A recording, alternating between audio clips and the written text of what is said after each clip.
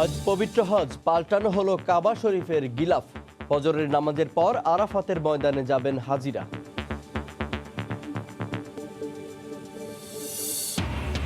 উত্তরাঞ্চল থেকে ক্যাটল ট্রেনে ঢাকায় হাজার পশু। পুলিশের তৎপরতায় কোরবানির হাটে গরুবাহী ড্রাগ ডাকাতির পরিকল্পনা পণ্ড। জড়িত ব্যাপারীরাও চক্রের 5 জন গ্রেফতার।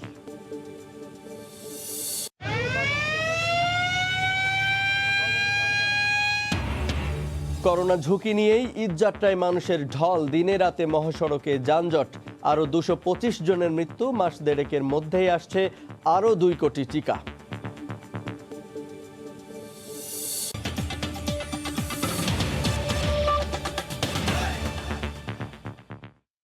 ভোরের সময়ে সঙ্গে আছি আমি জুবায়ের ফয়সাল। আজ পবিত্র হজ। পবিত্র হজের মূল কার্যক্রমের অংশ হিসেবে মক্কা থেকে মিনায় অবস্থান করছেন মুসল্লিরা। এখানে ফজর আদায় করে আরাফাতের ময়দানের উদ্দেশ্যে রওনা দেবেন হাজিরা। সৌদি আরব থেকে বিস্তারিত সহকর্মী আল মামুন শিপনের প্রতিবেদনে। লাব্বাইক আল্লাহুম্মা লাব্বাইক ধ্বনিতে প্রকম্পিত মিনা প্রাঙ্গণ।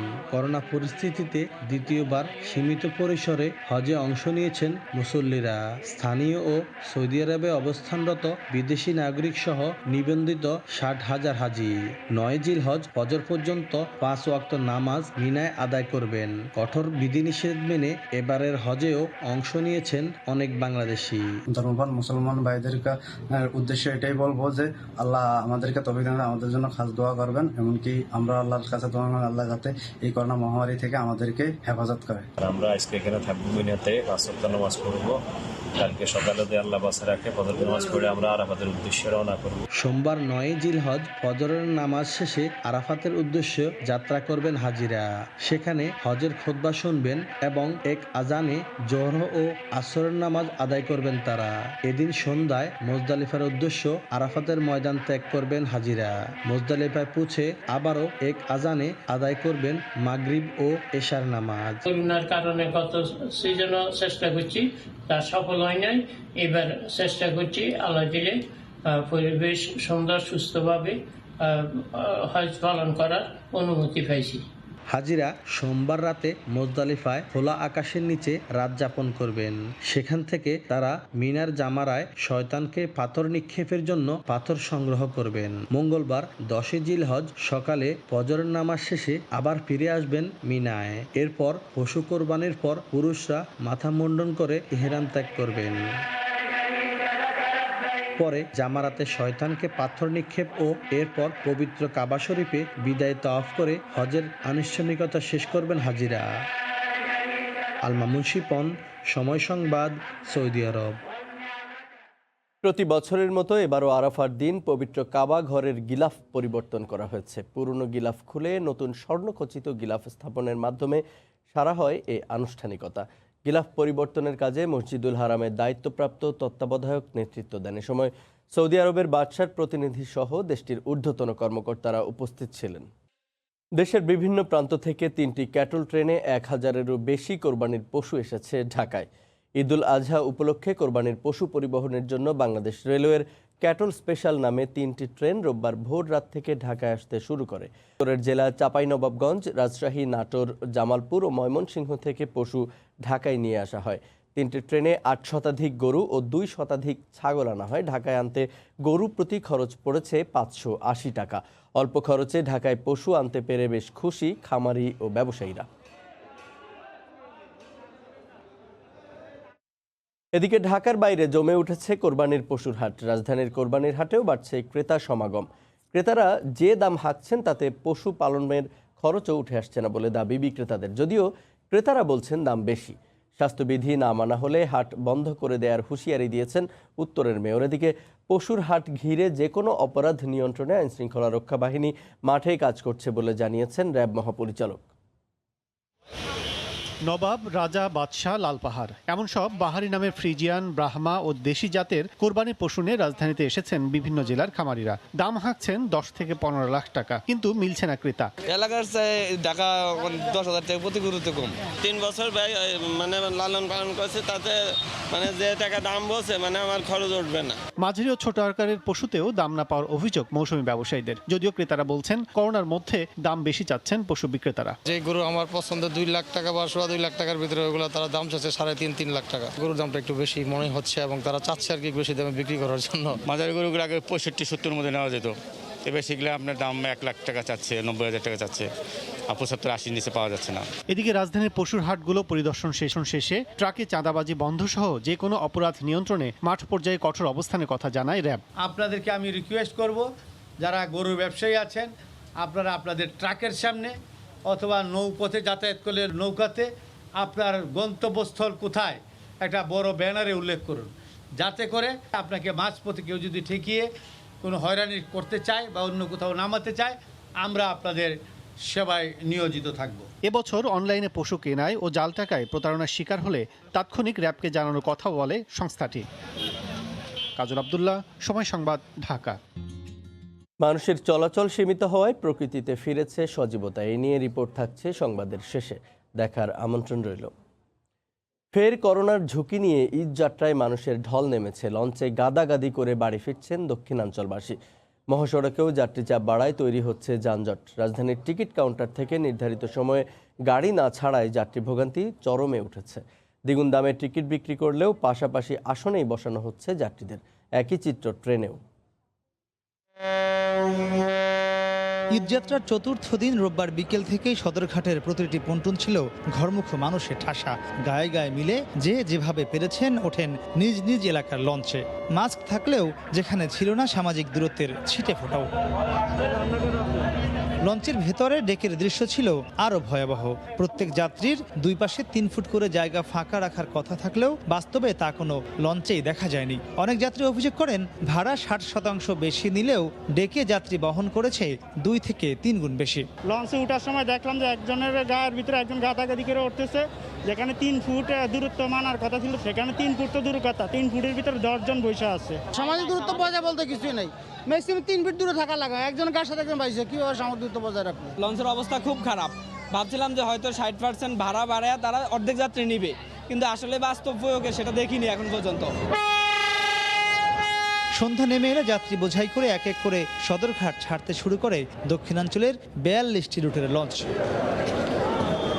এদিকে বাসে টিকিট কেটে ঘন্টার পর ঘন্টা অপেক্ষা করতে দেখা গেছে যাত্রীদের। কাউন্টারের সামনে স্বাস্থ্যবিধি মানতে বা মানাতে কোনো তৎপরতাই চোখে পড়েনি। যাত্রী সংখ্যার কমের কারণে পরিবহন মালিকরা গাড়ির সময়টা মেনটেন করতে পারতেছে না। 2 সিটেরই ভাড়া নিছে, বসাইছে ডাবল। যাত্রার চতুর্থ দিনে খেই হারিয়েছে ট্রেনও। যাত্রীদের বাড়তি চাপ থাকায় ট্রেনের মধ্যেও পাশাপাশি আসনে বসেন যাত্রীরা। বিনা টিকিটে অনেকেই চড়ে বসেন ট্রেনে। টিকিট পাই নেই, টিকিট কাটার জন্য গিয়েছিলাম তো পাই নেই। আমরা একসাথে আসছি তো তাই একটু কথা বলতেছি। আমাদের সিট ওই পাশে, আমি ওই পাশে চলে যাব। একটু ফাঁকে ফাঁকে বসার কথা অবশ্য বসছি ফাঁকে ফাঁকে। তৈরি পোশাক কারখানা ছুটি হওয়ায় সোমবার সব গণপরিবহনে ভিড় আরও কয়েক গুণ বাড়বে বলে ধারণা করা হচ্ছে। মাহমুদ রাকিব, সময় সংবাদ, ঢাকা। ঈদযাত্রায় দিনভর যানজটের রেশ মধ্যরাত পর্যন্ত অব্যাহত থাকে। রাজধানী থেকে বের হবার মুখে গাবতলীর যানজট ধানমন্ডি পর্যন্ত দীর্ঘ হয়। রাতের বেলা ট্রাকে করে অনেকেই বাড়ির পথে ছোটেন। আরও জানাচ্ছেন সানবির রূপল। রাজধানী থেকে বের হওয়ার মুখে তীব্র যানজটের সৃষ্টি হয়েছে। যারা বাড়ির পানে ছুটেছেন তারা অনেকেই বাস না পেয়ে শেষ ভরসা হিসেবে বেছে নিয়েছেন পণ্যবাহী ট্রাককে। আর এই ট্রাকে গাদাগাদি করে লঙ্ঘিত হচ্ছে স্বাস্থ্যবিধি। তীব্র এই যানজট গাবতলীর আমিনবাজার থেকে শুরু হয়ে ঠেকেছে আসাদ গেট পর্যন্ত। পণ্যবাহী ট্রাক, কোরবানির পশুবাহী ট্রাক এবং যাত্রীবাহী বাস সব মিলিয়ে এই তীব্র যানজটের সৃষ্টি হয়েছে। যারা বাড়ির পানে যাত্রা শুরু করেছেন তারা কখন পৌঁছবেন ঠিক জানেন না। সাভার থেকে আসতে গাবতলী আসলে বিশাল জ্যাম। ঢাকার ভিতরে এটুকু আসতে মনে করেন যে প্রায় 1.5-2 ঘন্টা লেগে গেছে। 11:30 থেকে 2টা, 2.5 ঘন্টা। আমরা যাবো যশোর, ঝিনাইদহ। 8টা বাজে উঠছি কুমিল্লা থেকে, এই পর্যন্ত এত দূর আইছি। দেখা যাক আল্লাহ ভরসা কত যাই। কোন দিকে যাবেন? চাপাই। আসতে 24 ঘন্টা লাগছে। এক রাতে বাড়ালছি আর এক রাতে এসে নুয়েছি।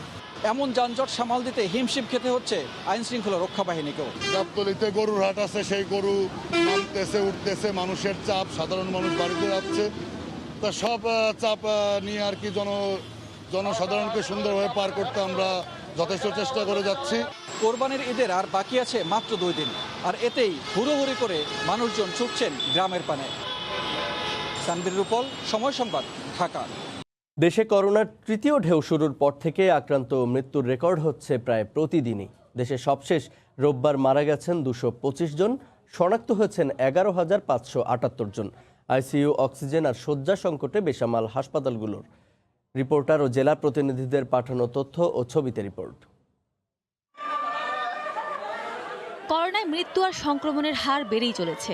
জেলা শহর থেকে শুরু করে গ্রাম অঞ্চলে বিপজ্জনক গতিতে ছড়াচ্ছে সংক্রমণ। আইসিইউ সংকটে মুমূর্ষু রোগীরা প্রতিদিনই প্রাণ হারাচ্ছেন। অক্সিজেনের খোঁজে হাসপাতাল থেকে হাসপাতালে ছুটোছুটি করছেন স্বজনরা। আপ্রাণ চেষ্টার পরও ফিরে না পাওয়া প্রিয়জনের মৃত্যুতে হাসপাতালগুলোতে থামছে না আহাজারি।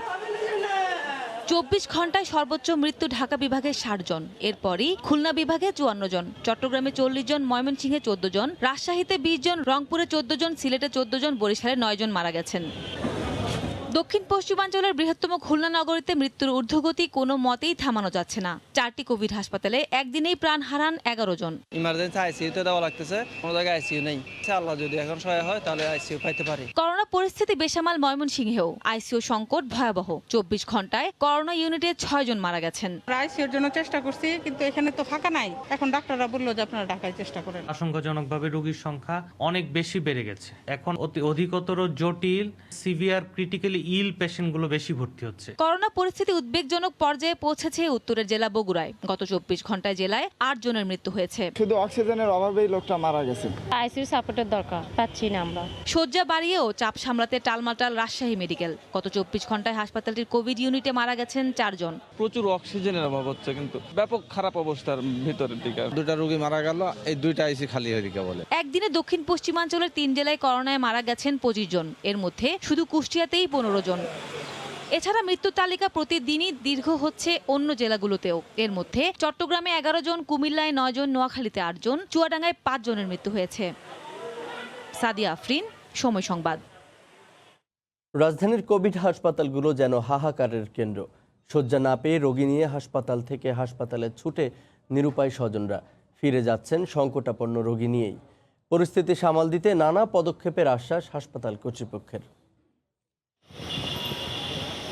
মেহেরপুর থেকে ঢাকায় আনা হয় সংকটাপন্ন মুখলেসুর রহমানকে। ঘণ্টাখানেকের বেশি অপেক্ষা আর নানা চেষ্টা ডিএনসিসি কোভিড হাসপাতালে, কিন্তু শয্যা না থাকায় ভর্তি করানো যায়নি। অন্য হাসপাতালের খুঁজে আবার ছোটা, ফিরতে হয় সেই ডিএনসিসিতেই। ওরা বললো যে আপনি যদি আপনার হাই ফ্লো নিতে চান তাহলে যতক্ষণ খালি না হবে ততক্ষণ আমরা দিতে পারবো না। যেহেতু একটা রোগীকে জীবন মরণ সমস্যা বাঁচাইতেই হবে, তাকে বাঁচানোর জন্য আমরা আরেকটা বেসরকারিতে যোগাযোগ করছিলাম। ঢাকার কয়েক হাসপাতাল ঘুরেও নরসিংদীর স্বপ্না বেগমের জন্য একটি আইসিইউ শয্যা মেলেনি। নিরুপায় পরিবার ভর্তি করে সাধারণ শয্যায়। 4টা হসপিটাল অলরেডি বুঝছি, কোন হসপিটালে ভর্তি করতে চাইছে না। এক হসপিটাল থেকে আরেক হসপিটালে রেফারেন্স করতেছে, তাই এখন শেষমেশ যে রিস্ক নিয়েই ভর্তি করতে হইতেছে জেনারেল।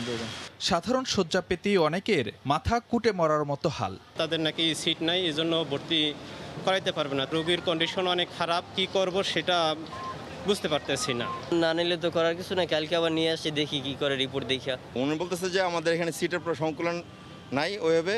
কোভিড হাসপাতালে সব ধরনের পরীক্ষা সুবিধা না থাকাও ভোগাচ্ছে রোগী ও স্বজনদের। রিপোর্টের সেকশনটা ভালো না, আরো লোকবল দরকার, আরো যন্ত্রপাতি দরকার। এটা তো হয়রানি, একটা হসপিটাল থেকে আরেকটা হসপিটালে যাওয়া এটা তো অবশ্যই ঝুঁকিপূর্ণ। কর্তৃপক্ষের অবশ্য আশ্বাসের কমতি নেই, বরাবরের মতোই। আফটার 10 days আমাদের প্রায় দ্বিগুণ পরিমাণ সামর্থ্য আমরা অর্জন করতে পারবো। সেই সময়টা আমাদের আরো অনেক বেশি হাই কেয়ারড পেশেন্টদের আমরা হ্যান্ডেল করতে পারবো। হাসপাতালে চাপ কমাতে সংক্রমণে লাগাম টানার জোর তাগিদ বিশেষজ্ঞদের। ফারুক ভূঁইয়া, রবিন, সময় সংবাদ, ঢাকা। দেশে বাড়ছে টিকার মজুদ। রোববার সিনোফার্মের 20 লাখ ডোজ আসার পর আজ আসছে মডার্নার আরও 30 লাখ টিকা। সম্ভাবনা তৈরি হয়েছে মাস দেড়েকের মধ্যে আরও 2 কোটি ডোজ আসার। ফারুক ভূঁইয়া, রবিনের আরও একটি রিপোর্ট। মডার্না আর সিনোফার্মের 45 লাখ ডোজ আসার 2 সপ্তাহের মাথায় দেশে এলো সিনোফার্মের আরও 20 লাখ টিকা। গত 6 মাসে বিভিন্ন উৎস থেকে দেশে এখন পর্যন্ত আসা টিকার মজুদ 1 কোটি 80 লাখ। যার মধ্যে প্রয়োগ হয়েছে 1,11,00,000-এর বেশি। সম্ভাবনা তৈরি হয়েছে মাস দেড়েকের মধ্যে দেশে আরও 2 কোটির মতো টিকা আসার। টিকার বৈশ্বিক প্ল্যাটফর্ম কোভ্যাক্সের মাধ্যমে সোমবার আসার কথা মডার্নার আরও 30 লাখ টিকা। ক্রয় চুক্তির আওতায় আগামী মাসে আসবে সিনোফার্মের আরও 50 লাখ ডোজ। এছাড়া আগস্টে ফাইজারের 60 লাখ টিকা পাঠানোর কথা জানিয়েছে কোভ্যাক্স। আর অ্যাস্ট্রাজেনেকার দ্বিতীয় ডোজ নিয়ে যে 14 লাখ মানুষের অনিশ্চয়তা রয়েছে তাও কেটে যাওয়ার সম্ভাবনা তৈরি হয়েছে। ইউরোপ থেকে দেশে আসার অপেক্ষায় কোভ্যাক্সের আওতায় 10 লাখ অ্যাস্ট্রাজেনেকার টিকা আর 29 লাখ ডোজের প্রতিশ্রুতি দিয়েছে জাপান। এছাড়া আগামী মাসে আসতে পারে রাশিয়া থেকে স্পুটনিক ভি। এমন আশা জাগা নেওয়া চিত্র টিকাদান কর্মসূচিতে গতি রাখবে বলে আশা সংশ্লিষ্টদের। আমাদের হাতে সহসাই চলে আসবে যে আমরা অ্যাস্ট্রাজেনেকা যে কয়জন বাদ পড়েছে খুব শীঘ্রই তারা টিকা পেয়ে যাবে। তবে টিকার মজুদ বাড়ার সঙ্গে সঙ্গে সংরক্ষণাগারের সক্ষমতা বাড়ানোর তাগিদ বিশেষজ্ঞদের। চলতি বছরের ডিসেম্বরের মধ্যে 10 কোটি ডোজ টিকার বন্দোবস্ত করা হয়েছে বলে জানান নীতি নির্ধারকরা। ফারুক ভূঁইয়া, রবিন, সময় সংবাদ, ঢাকা। ভারতে উৎপাদিত করোনার টিকা বাংলাদেশ যেন দ্রুত পায় সেজন্য চেষ্টা করা হচ্ছে। ভারতে যোগান বাড়লে সমস্যা কেটে যাবে বলে আশা প্রকাশ করেছেন ঢাকায় নিযুক্ত ভারতীয় হাই কমিশনার বিক্রম দোরাইস্বামী। গতকাল সকালে দিল্লি যাওয়ার পথে ব্রাহ্মণবাড়িয়ার আখাউড়া স্থলবন্দরে সাংবাদিকদের একথা বলেন তিনি। ভারতে কোভিড টিকার উৎপাদন বেড়েছে, আমাদের দেশেও চাহিদা বেড়েছে টিকার। এর মধ্যে ভারতে উৎপাদিত টিকা যেন দ্রুত সময়ে বাংলাদেশকে দেয়া যায় এ বিষয়ে আলোচনা করতে দিল্লি যাচ্ছি। আশা করি দ্রুত সময়ের মধ্যে ভালো কিছু হবে। করোনায় কাজ হারিয়ে ভাড়ায় বাইক চালাচ্ছেন সুপ্রিম কোর্টের এক আইনজীবী। সামাজিক যোগাযোগ মাধ্যমে ছবি ভাইরাল হলে এ নিয়ে পক্ষে বিপক্ষে আলোচনা চলছে। ওই আইনজীবী জানান, প্রথম দিনে তার আয় হয়েছে 130 টাকা। বসে না থেকে কাজ করা এবং কোর্ট খুলে দেওয়ার দাবিতেই তার এমন উদ্যোগ। আফজাল হোসেনের রিপোর্ট। একসময়ের ব্যস্ত আইনজীবী এখন ভাড়ায় বাইক চালাচ্ছেন। ছবিটি নিজেই সামাজিক যোগাযোগ মাধ্যমে পোস্ট করার পর এ নিয়ে পক্ষে বিপক্ষে আইনাঙ্গনে আলোচনা চলছে। উচ্চ আদালতের এই আইনজীবী বলছেন, করোনার কারণে 16 মাস নিয়মিত আদালত বন্ধ থাকায় আর্থিক সংকটে পড়েছেন তিনি। সিনিয়রদের সহযোগিতায় এতদিন চললেও বসে না থেকে রাস্তায় নামার সিদ্ধান্ত নেন এই আইনজীবী। যেহেতু 16 মাস যাবৎ কোর্ট বন্ধ চলতেছে এবং আমাদের ফাইন্যান্সিয়াল ক্রাইসিস তো সবারই কম বেশি থাকে, এবং আমার যেহেতু সেখান থেকে আমি অল্টারনেটিভ ওয়েতে কোনোভাবে কি আমি আর্ন কিছু করতে পারি কিনা, সেই চিন্তা থেকে আমি চিন্তা করলাম যে আমার যেহেতু একটা ড্রাইভিং লাইসেন্স আছে, একটা বাইক আছে, পার্সোনাল বাইক আছে, এটা তো ভাড়া লাগবে না, এবং এখন লকডাউনও নেই, গাড়ি চালানো যায়। আর ঈদ উপলক্ষে মানুষ গ্রামে যাচ্ছে, প্যাসেঞ্জারও রাস্তায় বেশি। যদি একটু কাউর হেল্পও হয়, আমি না হয় অন্য যেতে ভাড়া 10% কম নিলাম বা 20% কম নিলাম, তারও হেল্প হলো, আমারও কিছু ফাইন্যান্সিয়াল সলভেন্সি আসলো। ভার্চুয়ালি কিছু কোর্ট চললেও তার সুবিধা পাচ্ছেন না অধিকাংশ আইনজীবী, তাই কোর্ট খোলার দাবিতে এই অভিনব উদ্যোগ তার। তো কোর্ট শুরু হয়ে গেলে তো আমি কোর্টেই কাজ করব, আর কোর্ট যখন চলবে না, সে নিজেকে অলস বসিয়ে না রেখে আমি যদি অন্য কোনো পেশা যেটা সৎ মহৎ হয়, সৎ প্রফেশন হয়, আর্ন করলে, কাজ করলে আমি লজ্জাবোধ করি না। যদিও আইনজীবীর পোশাক পরে ভাড়ায় বাইক চালানোর সমালোচনা করেছেন অনেক আইনজীবী। এর পরিচয়টা শুধু নামে নয়, পোশাকেও আসলো, সেই মাথা থেকে আমি আমার কালো কোটটা গায়ে দিয়ে ছবিটা দিয়েছি। আফজাল হোসেন, সময় সংবাদ, ঢাকা। রোগী মৃত্যুর অভিযোগে গাইবান্ধা জেলা হাসপাতালে ভাঙচুর চালিয়ে 2 চিকিৎসককে মারধর করে স্বজনরা। এই ঘটনায় রোববার রাতে 4.5 ঘন্টা বন্ধ থাকে জরুরি বিভাগের সেবা কার্যক্রম। কর্তব্যরত ডাক্তাররা জানিয়েছেন, মৃত অবস্থাতেই রোগী আনা হয়েছিল। গাইবান্ধা থেকে আতাউল হক সাগরের ক্যামেরায় হেদায়েতুল ইসলাম বাবুর রিপোর্ট। প্রত্যক্ষদর্শীরা জানান, রোববার বেলা 12টার দিকে অসুস্থ মা জাহেদাকে সদর হাসপাতালে নিয়ে যান তার ছেলে জাহিদ হাসান। চিকিৎসকের পরামর্শে কিছু পরীক্ষা নিরীক্ষার পর বিকেলে তাকে আবারও জেলা সদর হাসপাতালে নেওয়া হয়, কিন্তু তখন কর্তব্যরত চিকিৎসক সুজন পাল তাকে ভর্তি নেননি বলে অভিযোগ করেন জাহিদ। আমি তখন এখানে বললাম যে স্যার, আমার মাকে আপনি ভর্তি করে নেন, আপনি কালকে সকালে নিয়ে আসেন, এখন কোনো ভর্তিও করা যাবে না। ওনারা কয়েকজন মিলে, এক মেয়ে আসলো, ওই মেয়েও আমাকে হচ্ছিল মানে বাড়ান এখান থেকে, এখানে কোনো ক্যান্সার করে দেবে না, আজকে ভর্তি হবে না, আজকে কোনো স্যালাইন দেওয়া হবে না। এইভাবে করতে করতে মনে করেন যে আমাদের আমার জায়গায় মারা গেছে।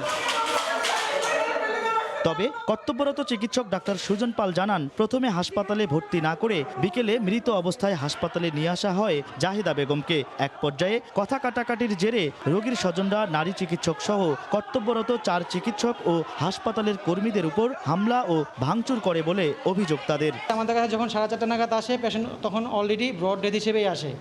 আমরা পেশেন্টকে অ্যাটেন্ড করি, ওই মুহূর্তে যা করণীয় তা আমরা করেছি, এবং তার আধা ঘন্টার পরেই পেশেন্টের প্রায় 10 থেকে 12 জন অ্যাটেন্ডেন্স হবে আমাদের উপরে এলোপাথারি আঘাত করে, লাঞ্ছিত করে। আচমকা 10-12 জন লোক এসে আমাদের 4 জনকে বেধড়ক মারপিট করে, আমাকে একটা মেরে হাতে হাত মুচড়াই দিয়ে এই ফোনটা হাত থেকে ছুঁড়ে নিয়ে ফেলাই দিতে। এদিকে সুনির্দিষ্ট অভিযোগ পেলে প্রয়োজনীয় ব্যবস্থা নেওয়ার আশ্বাস দিয়েছে পুলিশ। রোগী কি হয়েছে, কিভাবে মারা গেছে, এটা ডিটেলস শোনার পরে আমরা প্রয়োজনীয়, তারা যদি কোনো অভিযোগ করে সে অনুযায়ী প্রয়োজনীয় আইনগত ব্যবস্থা নেওয়া হবে।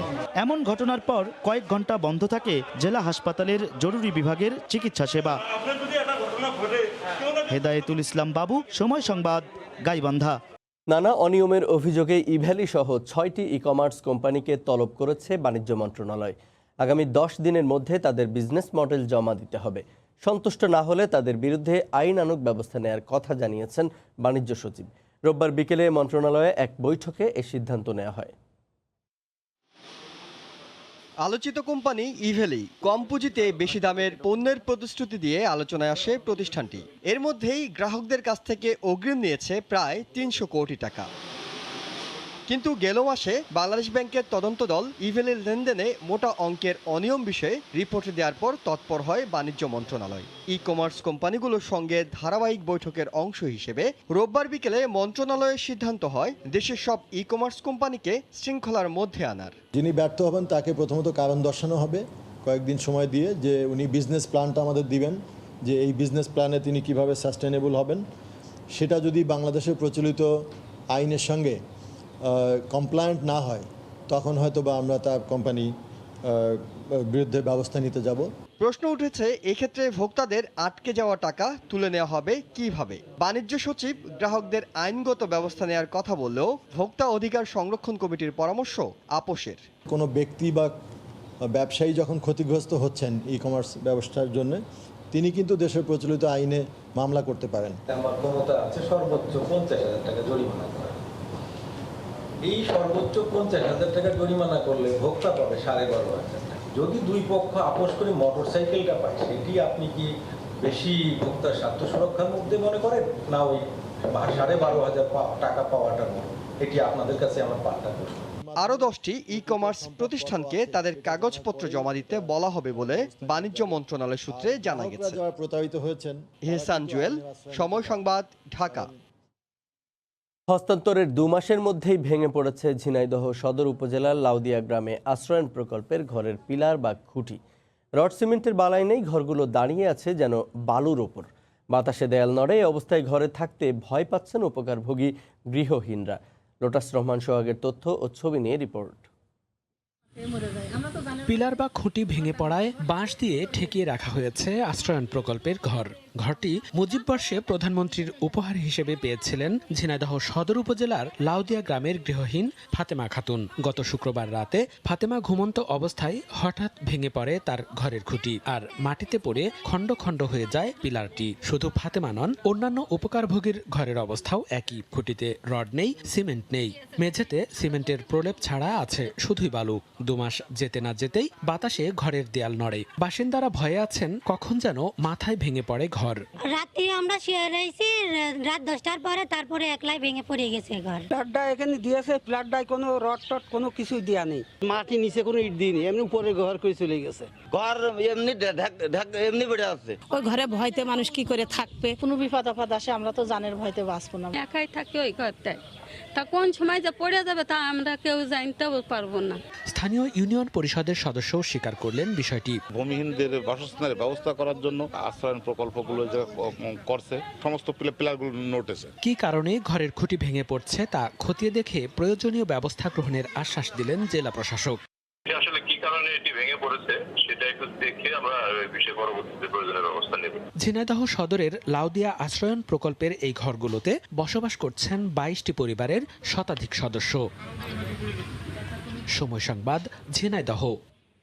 চট্টগ্রামের সিআরবিতে হাসপাতাল নির্মাণের প্রতিবাদে আন্দোলন করেছে বিভিন্ন সংগঠন। গতকাল বিকেলে সিআরবির ৭ রাস্তা মোড়ে বিভিন্ন সংগঠনের সদস্যরা জড়ো হন। এ সময় বক্তারা জানান, প্রচলিত আইনে হেরিটেজ এলাকায় নতুন স্থাপনা নির্মাণ বেআইনি। ইতিহাস ও ঐতিহ্যকে ধ্বংস করে সিআরবিতে কোনো হাসপাতাল নির্মাণ মেনে নেওয়া হবে না। পরে চারা রোপণ কর্মসূচি পালন করা হয়।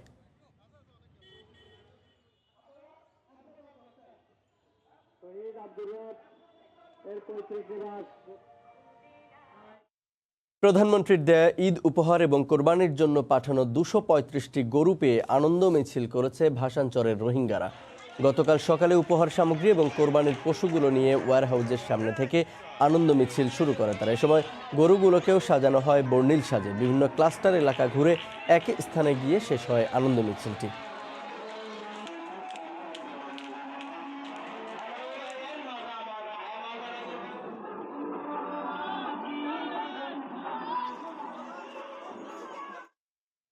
পাটুরিয়া দৌলতদিয়া নৌরুট দিয়ে ঈদে ঘরে ফিরছে মানুষ। ঘাট এলাকায় যানবাহনের দীর্ঘ সারিসহ ফেরিতে ভিড়, নেই স্বাস্থ্যবিধির বালাই। মানিকগঞ্জের পাটুরিয়া ঘাটে এই মুহূর্তে আছেন সহকর্মী মোহাম্মদ ইউসুফ আলী। সরাসরি যোগ দিচ্ছি তার সঙ্গে। ইউসুফ, আসলে পাটুরিয়া দৌলতিয়া নোটের আসলে আমি 5 নম্বর ঘাটে রয়েছি। এই জায়গা থেকে কিন্তু 1.5 কিলোমিটার পর্যন্ত ছোট যানবাহনের ঠিক যানজট রয়েছে। তো সেই ক্ষেত্রে কিন্তু এটা আসলে যাত্রী এবং যানবাহনের চাপ কিন্তু বৃদ্ধি পেয়েছে। আসলে আজকে অর্থাৎ ঈদের ঘরমুখ মানুষ কিন্তু তাদের ঘরে যাচ্ছে। স্বাস্থ্যবিধির বালাই বলতে কিন্তু ঘাট এলাকাতে আসলে নেই। তো আমি যাত্রীদের সাথে কথা বলেছি, তারা বলছে তারা 2 থেকে 3 ঘন্টা ধরে এই ঘাট এলাকায় অপেক্ষা করছে। অন্যদিকে যাত্রীরা বলছে মহাসড়কে কিন্তু বেশ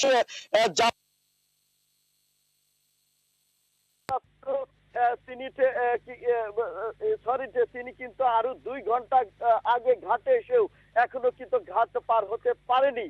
তো সেই ক্ষেত্রে কিন্তু আমি যারা ট্রাক শ্রমিক রয়েছে তাদের সাথে কথা বলেছি। ট্রাক শ্রমিকরা আমাকে জানিয়েছে যে আসলে এই যে সময়টা চলছে, এই সময়ে কিন্তু আসলে তারাও কিন্তু বাসকে অগ্রাধিকার দেওয়াতে তারাও কিন্তু এখানে আটকে যাচ্ছে।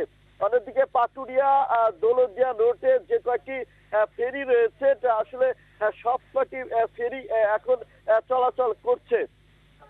অন্যদিকে পাটুরিয়া দৌলতদিয়া এবং আরিচা কাজিরহাট রোডে মোট আসলে যে কয়টা ফেরি রয়েছে আসলে সব কয়টি ফেরিতে আসলে চালানোর জন্য চেষ্টা করছে ঘাট কর্তৃপক্ষ। এদিকে কিন্তু পুলিশ প্রশাসনও কিন্তু বিশেষ করে ট্রাফিক বিভাগের যিনি টিআই রয়েছে এখানে মিরাজ, তার সাথে আমার কথা হয়েছে। তিনি আমাকে জানিয়েছে যে এই যে ঘাট এলাকাতে তারা কিন্তু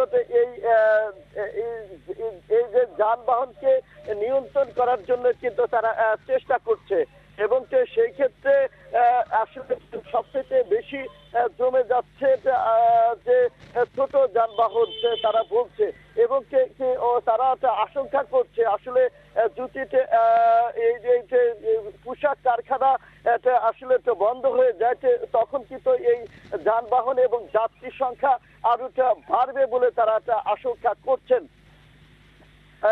অন্যদিকে পাটুরিয়া দৌলতদিয়া রোডের যে 33টি লঞ্চ রয়েছে সবগুলো লঞ্চ কিন্তু এখন চলাচল করছে। আর সেই ক্ষেত্রে এই মুহূর্তে সকালে কিন্তু আসলে যাত্রীর সংখ্যা একটু কম থাকলেও সবচেয়ে বেশি রয়েছে আসলে এই যে যানবাহন যে সারির সংখ্যায় রয়েছে।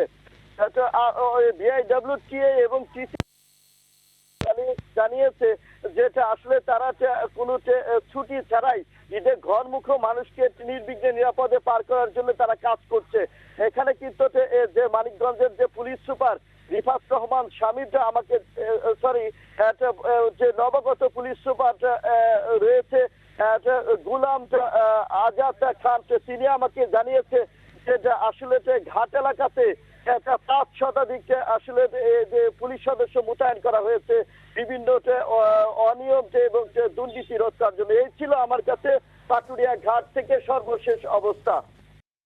কুমিল্লায় অভিনেতা মোশাররফ করিম সহ 5 জনের বিরুদ্ধে মানহানির মামলা করা হয়েছে। গতকাল বিকেলে চিফ জুডিশিয়াল ম্যাজিস্ট্রেট আদালতে মামলাটি করেন অ্যাডভোকেট রফিকুল ইসলাম হোসাইন। তার অভিযোগ, হাই প্রেশার 2 নাটকটিতে আইনজীবীদের কটাক্ষ করা হয়েছে। আগামী 18 আগস্টের মধ্যে পিবিআইকে মামলার তদন্ত প্রতিবেদন দাখিলের আদেশ দেন বিচারক চন্দন কান্তি নাথ। মামলার অন্যান্য আসামিরা হলেন অভিনেতা জামিল আহমেদ, ফারুকি আহমেদ, আদিবাসী মিজান ও বৈশাখী টেলিভিশনের সিইও। বাগেরহাটে জমি সংক্রান্ত বিরোধের জেরে এক যুবলীগ নেতাকে ডেকে নিয়ে কুপিয়ে আহত করার অভিযোগ উঠেছে। এই ঘটনায় 2 জনকে গ্রেফতার করেছে পুলিশ। স্বজনরা জানান, গতকাল সকালে চিতলমারী উপজেলায় জমি সংক্রান্ত বিরোধের মীমাংসার কথা বলে বাড়ি থেকে হানিফ মল্লিক নামে ওই নেতাকে ডেকে নেয় প্রতিপক্ষ ফারুক মল্লিক, টুকু মল্লিক ও লাভলু। পরে কিছু বোঝার আগেই তার উপর হামলার অভিযোগ ওঠে। এক পর্যায়ে এলোপাতাড়ি কুপিয়ে পালিয়ে যায় তারা। চিৎকার শুনে আশেপাশের মানুষ ছুটে গিয়ে হানিফকে উদ্ধার করে হাসপাতালে ভর্তি করেন। এই ঘটনায় নিজেই বাদী হয়ে চিতলমারী থানায় 6 জনের বিরুদ্ধে মামলা দায়ের করেন আহত হানিফ। নওগাঁয় প্রায় 21 লাখ টাকার জাল নোটসহ এক যুবককে আটক করেছে নাটোর র্যাব 5। শনিবার নিয়ামতপুর উপজেলার নাকইল এলাকায় অভিযান চালানো হয়। এ সময় জাল টাকাসহ হায়দারকে আটক করে র্যাব। আটক হায়দারের বাড়ি চাঁপাইনবাবগঞ্জের গোমস্তাপুর উপজেলায়। গতকাল দুপুরে নাটোর ক্যাম্পে সংবাদ সম্মেলনে র্যাব জানায়, ঈদকে সামনে রেখে জাল টাকা তৈরির চক্রটি সক্রিয় হয়ে উঠেছে। এই সময়টায় জাল টাকার একটা প্রভাব আমরা আমাদের সমাজে প্রচুর পরিমাণে দেখতে পাই।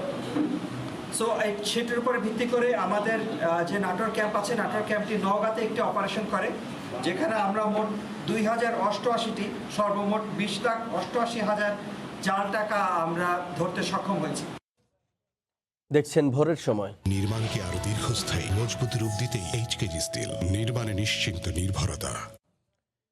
সাতক্ষীরায় দাপিয়ে বেড়াচ্ছে করোনা ভাইরাস সংক্রমণ। কিছুটা কমলেও মৃত্যুহার একেবারেই কমছে না। ডেল্টা ভ্যারিয়েন্ট শনাক্তের পর থেকেই সীমান্তবর্তী জেলাটিতে মৃত্যুর তালিকা প্রতিদিনই দীর্ঘ হচ্ছে। এই মুহূর্তে সাতক্ষীরা মেডিকেল কলেজের সামনে আছেন সহকর্মী মমতাজ আহমেদ বাপি। সরাসরি যোগ দিচ্ছি তার সঙ্গে। বাপি, করোনা সংক্রমণ যেন দাপিয়ে বেড়াচ্ছে, এখানে কোনোভাবেই থামছে না করোনার সংক্রমণ, কোনোভাবেই থামছে না মৃত্যুর মিছিল। গতকাল corona dedicated Satkhira medical college হাসপাতালে আরো 9 জনের মৃত্যু হয়েছে করোনা উপসর্গ নিয়ে। এভাবেই প্রতিদিন সাতক্ষীরায় করোনা উপসর্গ, করোনায় মারা যাচ্ছে করোনা আক্রান্ত রোগীরা। করোনায় আক্রান্ত হচ্ছে প্রতিদিন। ল্যাব টেস্টে আমরা জানতে পারছি কোনোদিন 20%, কোনোদিন 25%। গতকাল আমরা যে রিপোর্টটি পেয়েছি তাতে 25% লোক করোনায় আক্রান্ত হয়েছে। 166 জনের টেস্টে 43 জন করোনায় আক্রান্ত রিপোর্ট পাওয়া গেছে। এভাবেই প্রতিদিন করোনায় আক্রান্ত হচ্ছে, প্রতিদিন করোনায় রোগী মারা যাচ্ছে। সাতক্ষীরার করোনা ডেডিকেটেড মেডিকেল কলেজ, বেসরকারি হাসপাতাল, ক্লিনিক বিভিন্ন এলাকায়, এছাড়াও গ্রামে গঞ্জে আরো বেশি মারা যাচ্ছে, যার পরিসংখ্যান আমাদের স্বাস্থ্য বিভাগে নাই। স্বাস্থ্য বিভাগ এর কোনো পরিসংখ্যান রাখতে পারেনি। গতকাল আসন্ন এই ঈদুল আজহা উপলক্ষে যে ঈদের জামাত অনুষ্ঠিত হবে, সেই ঈদের জামাত এবং এই কুরবানির ঈদে কুরবানির পরবর্তী যে মাংস বিতরণের যে অনুষ্ঠানগুলি হয়ে থাকে, সে ব্যাপারে স্বাস্থ্যবিধি মেনে চলার জন্য একটি বিশেষ সভা অনুষ্ঠিত হয়েছে জেলা প্রশাসক জনাব হুমায়ুন কবিরের সভাপতিত্বে। সেখানে এই বিধি নিষেধ মেনে চলার জন্য বারবার তাগিদ দিয়েছে। তারপরও বিধি নিষেধ মানা হবে কিনা এ নিয়ে প্রশ্ন রেখেছে সুশীল সমাজ, প্রশ্ন রেখেছে সাতক্ষীরার সাধারণ জনপ্রতিনিধিরাও। তারা বলতে চায় যে এই করোনা পরিস্থিতি মোকাবেলায় যে ঈদকে সামনে রেখে যে আরো সংক্রমণ ঊর্ধ্বগতি হবে, সেটাকে মোকাবেলার জন্য বিশেষ প্রস্তুতি প্রশাসনের মধ্যেও থাকতে হবে স্বাস্থ্য বিভাগেও। স্বাস্থ্য বিভাগে এত চাপের মধ্যে দিয়েও আইসিইউতে যে রোগী রয়েছে, সেই রোগীর সিরিয়াল কিন্তু কমছে না। গতকালও 50 জনের সিরিয়াল রয়েছে ওয়েটিং লিস্টে, যারা আইসিইউতে চিকিৎসা নেওয়ার মতো, কিন্তু আইসিইউ এর সংখ্যা কম, বেডের সংখ্যা কম থাকায় তারা ঢুকতে পারছে না। অনেকেই বেডে আইসিইউতে যাওয়ার আগেই বাইরেই বেশিরভাগ রোগী মারা যাচ্ছে Satkhira corona dedicated medical college হাসপাতালে। এভাবেই সাতক্ষীরার করোনা পরিস্থিতি মোকাবেলার জন্য যতই চেষ্টা করুক না কেন, স্বাস্থ্যবিধি মেনে চলছে না বলেই, সামাজিক দূরত্ব মেনে চলছে না বলেই কিন্তু সাতক্ষীরায় সংক্রমণ রোধ করা যাচ্ছে না বলে জানিয়েছে সুশীল সমাজ। উদ্বিগ্ন রয়েছে প্রশাসন, উদ্বিগ্ন রয়েছে স্বাস্থ্য বিভাগ। এই ছিল ফয়সাল সাতক্ষীরার সর্বশেষ করোনা পরিস্থিতি। সাতক্ষীরা থেকে করোনা পরিস্থিতির খবর জানাচ্ছিলেন সহকর্মী মমতাজ আহমেদ বাপি। বরিশালে করোনার প্রতীক প্রদর্শন করে পথচারীদের মাঝে মাস্ক বিতরণ করলেন মুক্তিযুদ্ধের গল্প লেখক চিত্রশিল্পী সাইফুল্লাহ নবীন। গতকাল দুপুরে নগরীর সদর রোডের অশ্বিনী কুমার হলের সামনে নিজের তৈরি করোনার প্রতীক মাথায় নিয়ে মানুষের দৃষ্টি আকর্ষণের চেষ্টা করেন তিনি। একই সাথে করোনা প্রতিরোধে পথচারীদের মাঝে মাস্ক বিতরণও করা হয়। এর আগে 27 জুন করোনাকালে আয় রোজগার না থাকায় সংসারের খরচ জোগাতে নিজের কিডনি বিক্রির প্লাকার্ড প্রদর্শন করেন লেখক নবীন। গণমাধ্যমে এ খবর দেখে সাংস্কৃতিক প্রতিমন্ত্রী নবীনকে 1 লাখ টাকা অনুদান দেন। এছাড়া বিভিন্ন ব্যক্তি ও প্রতিষ্ঠান নবীনের প্রতি সাহায্যের হাত বাড়িয়ে দেন। টানা বৃষ্টিতে পানি জমে নষ্ট হয়ে গেছে নরসিংদীর নিম্নাঞ্চলের গ্রীষ্মকালীন সবজি ক্ষেত। এতে মারাত্মক আর্থিক ক্ষতির মুখে কৃষক। ক্ষতি কাটিয়ে উঠতে কৃষি বিভাগের সহায়তা চেয়েছেন তারা। শফিক মিয়ার ছবিতে আশিকুর রহমান পিয়ালের তথ্য নিয়ে রিপোর্ট। জেলার শিবপুর উপজেলার কুন্দারপাড়া, বাগাবো, খলাপাড়া সহ বেশ কিছু নিচু এলাকার সবজি খেতে পানি। অতিবৃষ্টিতে ঝরে গেছে লাউ, মিষ্টি কুমড়া, বেগুন, ঢেঁড়স, কাঁকরোল, চিচিঙ্গা, ঝিঙে, ধুন্দল সহ বিভিন্ন সবজির ফুল। পানি জমে থাকায় মরে গেছে গাছ, বীজতলাও নষ্ট হয়ে যাওয়ায় নতুন করে আবাদ করা যাচ্ছে না সবজি। এতে মারাত্মক আর্থিক ক্ষতির মুখে এখন কৃষকদের দাবি সরকারি সহায়তা এবং পানি নিষ্কাশনের। এতে করে আমাদের বিশাল ক্ষতি হয়েছে। এটা অন্তত 1 বছরের মধ্যে এটা পোষানো সম্ভব না। টানে উপর দেওয়া পানি আসে, আমাদের অবস্থা খুবই খারাপ। সরকারি একটা খাল আছে, যদি ওইটা খনন করা হতো তাহলে এটা আমাদের পানিটা নিষ্কাশন হতো। ক্ষতিগ্রস্ত কৃষকদের তালিকা তৈরি করে সহায়তা করা হবে বলে জানিয়েছে কৃষি বিভাগ। যে সমস্ত কৃষকরা পানিতে সবজিগুলো নিমজ্জিত আছে আংশিক, সে সমস্ত কৃষকদের তালিকা অলরেডি আমি উপজেলায় পাঠিয়ে দিছি।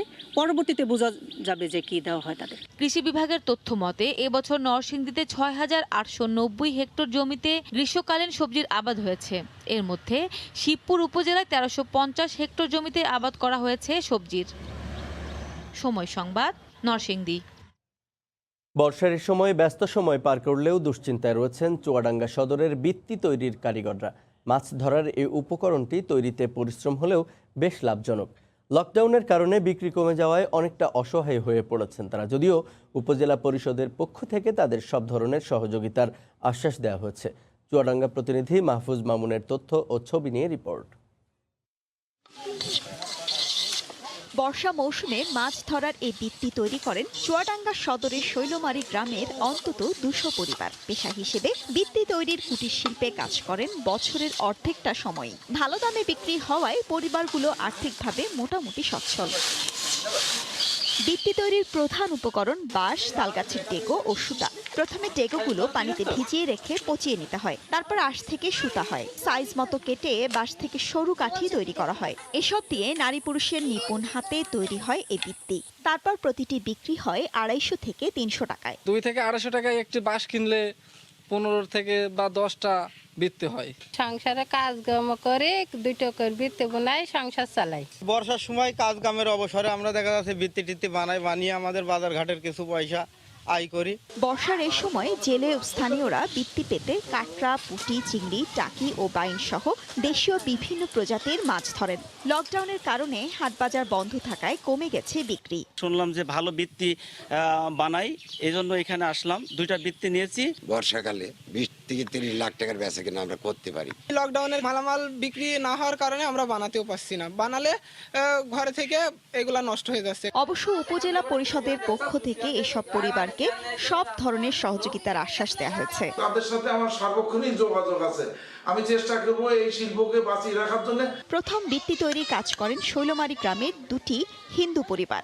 এরপর স্থানীয়রা এই কাজ শিখেন। এখানকার তৈরি বৃত্তির চাহিদা রয়েছে মেহেরপুর, যশোর ও খুলনা সহ বিভিন্ন জেলায়। সময় সংবাদ, চুয়াডাঙ্গা। করোনা বিধিনিষেধের কারণে রাঙামাটির রাজ বনবিহারের চারপাশে আশ্রয় নেওয়া শত শত বানর এখন চরম খাদ্য সংকটে ভুগছে। বৌদ্ধ ধর্মগুরুদের জন্য পুণ্যার্থীদের নিয়ে আসা খাবারের কিছুটা খেয়ে ওরা জীবন ধারণ করতে এখন বিহারে পুণ্যার্থী নেই, বনেও খাবার নেই। এ অবস্থায় বিহার কর্তৃপক্ষ বানরগুলোকে বাঁচাতে বন বিভাগের সহযোগিতা চেয়েছেন। আবেদন পেলে প্রয়োজনীয় পদক্ষেপের আশ্বাস দিয়েছে বন বিভাগও। রাঙামাটি থেকে হেফাজত সবুজের পাঠানো তথ্য ও ছবিতে রিপোর্ট। ক্ষুধার্ত বানর দলের আক্রমণ? না, তা নয়। লকডাউনে চরম খাদ্য সংকটে পড়েছে বনের এই প্রাণীরাও। তাই পরম দরদে তিনি খাবার তুলে দিচ্ছেন বানরগুলোকে, আর বানররাও পরম আনন্দে তার আতিথেয়তা গ্রহণ করছে। বৌদ্ধ ধর্মাবলম্বীদের সর্ববৃহৎ উপাসনালয় রাঙ্গামাটির রাজ বনবিহার ঘিরে আশ্রয় নিয়েছিল এই বানরগুলো। বনবিহারের গাছগাছালি ঘেরা প্রাকৃতিক পরিবেশ আর তার সঙ্গে পুণ্যার্থীদের দেয়া খাবার খেয়ে আনন্দেই দিন কাটছিল ওদের। কিন্তু দেশে করোনা সংক্রমণের শুরু থেকেই বিহারে পুণ্যার্থী প্রবেশে নিষেধাজ্ঞা আরোপ হওয়ায় পুণ্যার্থীদের দেওয়া খাবার না পেয়ে এখন চরম খাদ্য সংকটে পড়েছে বানরগুলো। খাবারের খোঁজে বেরিয়ে আসে রাতায়। বাচ্চাদের খাওয়াতে মা বানরগুলো ক্ষুধার তাড়নায় প্রায় ধর্মগুরুদের আবাসস্থলে হানা দিচ্ছে। কখনো বা বিহার এলাকা দিয়ে চলাচল করা মানুষের বাজারে থলেতে বসাচ্ছে থাবা। বানরগুলোর অবস্থা তো এখন খুব শোচনীয়। খাদ্য না পেয়ে বিভিন্নভাবে অনেকে আক্রমণাত্মক হয়ে ঝুঁকে পড়ে। ব্যাগ ট্যাগ থলে এর মানে সবসময় খেয়ে নিতে যাই। খাদ্য ব্যবস্থা যদি করানো হয় তাহলে একটা খুব ভালো হবে। বানরের এমন খাদ্য সংকট দেখে এগিয়ে এসেছেন স্থানীয় এক দরদি ব্যক্তি। সপ্তাহে একদিন নিজ হাতে বানরদের মুখে খাবার তুলে দেন তিনি। মটর দিই, ছোলা বাদাম দিই, কলা দিই, কাঁঠাল দিই, এইগুলো সবগুলো আমরা অবস্থা বুঝে ওইগুলো দিয়ে থাকি আর কি। বিহার কর্তৃপক্ষ বানরগুলোকে বাঁচাতে বন বিভাগের সহযোগিতা চেয়েছেন। বন বিভাগ এবং সরকারি আরো অন্যান্য প্রতিষ্ঠানকে আহ্বান জানাবো, বানরগুলোর খানা সরবরাহের মাধ্যমে তারা যদি এখানে একটু সার্বিক সহযোগিতা প্রদান করে তাহলে অশেষ উপকার হবে। লিখিত আবেদন পেলে প্রয়োজনীয় পদক্ষেপ গ্রহণের আশ্বাস দিয়েছে বন বিভাগও। বিহার কর্তৃপক্ষ যদি কোনো লিখিতভাবে আমাদের জানায় তাদের দিক নির্দেশনা অনুযায়ী প্রয়োজনীয় ব্যবস্থা নিতে পারবো। বিহার পরিচালনা কমিটির তথ্য মতে পুরো বিহার এলাকায় 1000-এর বেশি বানর রয়েছে। সময় সংবাদ, রাঙ্গামাটি। চিকিৎসা শেষে সুস্থ এখন, কিন্তু দীর্ঘদিন ধরে ভারতের পশ্চিমবঙ্গের মুর্শিদাবাদ জেলার বহরমপুর মানসিক হাসপাতাল থেকে দেশে ফিরতে পারছেন না 2 বাংলাদেশি। দেশে ফিরতে সময় সংবাদের ক্যামেরার সামনে করুণ আকুতি জানান তারা। কামনা করেন প্রধানমন্ত্রীর সহায়তা। বিশ্বজিৎ দাসের ক্যামেরায় বিস্তারিত সুব্রত আচার্যের রিপোর্টে। প্রধানমন্ত্রী, আমরা তো অনেক বছর ধরে আছি, আপনি তো অনেকজনের জন্য চেষ্টা করেছেন, আমাদের জন্য চেষ্টা করুন একটু। সম্প্রতি সময় সংবাদের কলকাতা ব্যুরো প্রধান জানতে পারেন বাংলাদেশি বেশ কয়েকজন মানসিক রোগীর সুস্থ হওয়ার পরও দীর্ঘদিন ধরে দেশে ফিরতে পারছেন না। সেখানে মানবেতর জীবনযাপন করছেন তারা। খবর পেয়ে কলকাতা থেকে প্রায় 300 কিলোমিটার দূরের মুর্শিদাবাদের বহরমপুর মানসিক হাসপাতালে হাজির হন সময় সংবাদের রিপোর্টার। মুর্শিদাবাদের জেলা শহর এই বহরমপুর, আর বহরমপুরের এই মানসিক হাসপাতালে এই মুহূর্তে রয়েছে বেশ কয়েকজন বাংলাদেশি, বলা ভালো সন্দেহভাজন বাংলাদেশি, যাদের নাগরিকত্ব এখনো শনাক্ত করা যায়নি। সময় সংবাদের ক্যামেরা দেখেই আবেগ আপ্লুত হয়ে পড়েন এই 2 বাংলাদেশি। ট্রেন উঠতাম, নামতাম, তারপরে অবস্থাতেই ইন্ডিয়ার পুলিশরা ট্রেন থেকে আমাকে নিয়ে আসলো। আপনার বরের নাম কি? আমার বরের নাম হলো আবুল কাশেম। আমার স্বামীর হাতে তুলে দিলে আমি যাইতে পারবো। বাড়ি চলে যেতে মনে হয়, থাকতে আর ইচ্ছে করে না। আমি পড়ছি, পড়ালেখা কিন্তু আমার খেয়াল নাই, মাথায় একটু ডিস্টার্ব করে। সরকারি হাসপাতালে এদের চিকিৎসা দেয়া হলেও একটি বড় ভূমিকা পালন করছে অঞ্জলি নামের বেসরকারি সংস্থা। মূলত তারাই মিউজিক থেরাপি, কাউন্সেলিং সহ বেশ কিছু পদ্ধতি অনুসরণ করে এদেরকে ধীরে ধীরে সুস্থ করে তুলেছেন। আমরা কবিতা শেখানোর জন্য কবিতা শেখাই, আমরা ছবি আঁকার জন্য ছবি আঁকা, এগুলো হচ্ছে মাধ্যম। এই মাধ্যমগুলো ইউজ করার ফলে যেটা হয় তাদের মধ্যে থেকে প্রচুর অনুভূতি বেরিয়ে আসে। নুরুন্নাহার পারভিনের মতো মুর্শিদাবাদ সহ পশ্চিমবঙ্গের বেশ কয়েকটি মানসিক হাসপাতালে আরও কয়েকজন বাংলাদেশি রোগীর সন্ধান পাওয়া গেছে। পরিচয় নিশ্চিত না হওয়ার কারণে সুস্থ হওয়ার পরও মানসিক হাসপাতাল থেকেই প্রতিনিয়ত দুর্বিষহ মানসিক চাপ নিতে হচ্ছে তাদের। এ ধরনের বিষয়ে দ্রুত সমাধানে দুদেশের সরকার ইতিবাচক ভূমিকা রাখবে এমন প্রত্যাশা শুধু রোগীদেরই নয়, সংশ্লিষ্ট সবারই। সুব্রত আচার্য, সময় সংবাদ, মুর্শিদাবাদ। জার্মানি ও ইউরোপের পশ্চিমাঞ্চলে বন্যায় মৃতের সংখ্যা বেড়ে 190-এ দাঁড়িয়েছে। নিখোঁজদের সন্ধানে উদ্ধার তৎপরতা অব্যাহত রয়েছে। ধ্বংসযজ্ঞ সরিয়ে যোগাযোগ ব্যবস্থা স্বাভাবিক করার চেষ্টা করছে কর্তৃপক্ষ। জার্মানিতে ভয়াবহ বন্যায় ক্ষতিগ্রস্ত অঞ্চল সফর করেছেন দেশটির চ্যান্সেলর অ্যাঙ্গেলা মার্কেল। গত সপ্তাহে বন্যা শুরু হওয়ার পর রোববার প্রথমবারের মতো দুর্গত অঞ্চল পরিদর্শনে যান তিনি। মার্কেল বলেন, তিনি মাঠ পর্যায়ে বাস্তব চিত্র পাওয়ার জন্যই এই পরিদর্শনে গেছেন। তিনি বলেন, জার্মান ভাষায় এমন কোনো শব্দ নেই যা দিয়ে এই ভয়াবহ ধ্বংসযজ্ঞের বর্ণনা দেয়া যায়।